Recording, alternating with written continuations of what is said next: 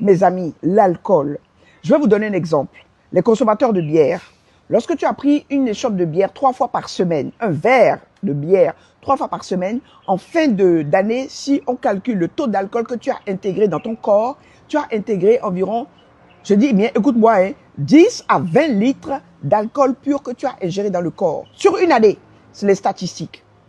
L'alcool est un élément à éviter. Mes amis, les gens qui vous racontent des histoires pour dire oui, on a besoin de peu d'alcool dans le sang, c'est du mensonge. L'alcool, vos aliments, prenez un fruit, vous prenez un ananas, une orange, vous le pressez, vous le laissez là.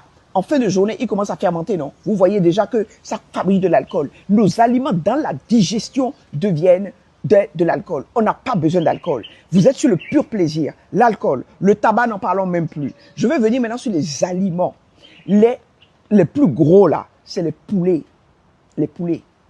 et les viandes que vous achetez dans les supermarchés. Ces poulets-là, ils sont bourrés d'oestrogènes. C'est les oestrogènes, on les appelle les phytooestrogènes. Et ces poulets-là, à éviter. Prenez les poulets locaux, idéalement. Poulets fermiers pour ceux qui sont en Europe. Cherchez-le, il y a des circuits où vous pouvez les avoir de bonne manière, de bonne texture. La qualité des viandes. Maintenant, le mode de cuisson. Je vous ai dit que quand vous faites cuire votre aliment dans un air fryer ou dans un micro-ondes, ce n'a pas la même texture et la même valeur nutritive que si vous êtes passé sur le charbon ou sur la gazinière de manière normale. Évitez les aliments trop frits, ou les aliments grillés sur lesquels on a l'acroéléline. Vous avez bien le côté un peu croquant noir là. C'est là que vous avez les intoxications. Je vais passer maintenant du lait. Le gros problème. Vous savez, le professeur Joyeux, c'est mon ami.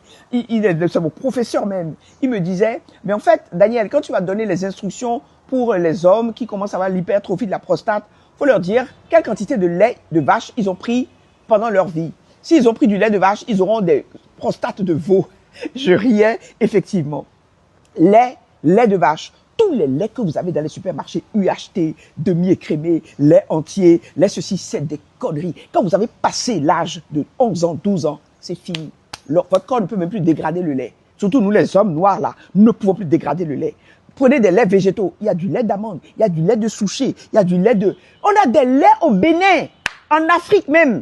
On laisse ça pour aller prendre des laits venus, je ne sais pas où traiter, UHT, mais arrêtez. Donc les laits là, les mamans qui ont des filles, vous ne voulez pas que les filles aient des règles douloureuses, aient des problèmes au niveau de la fertilité, supprimez le lait de l'alimentation. Le lait, c'est un comme je dis, un pro-inflammatoire. Voilà, il est pro-inflammatoire. Je viens sur le soja. Tendance du soja actuellement. Soja par-ci, soja par-là, biscuit à base de soja. Le soja remplace, soi-disant, les protéines. C'est faux. Le soja est classé par l'OMS comme perturbateur endocrinien naturel, favorisant le cancer. Cancer du sein, cancer de la prostate, consommation de soja.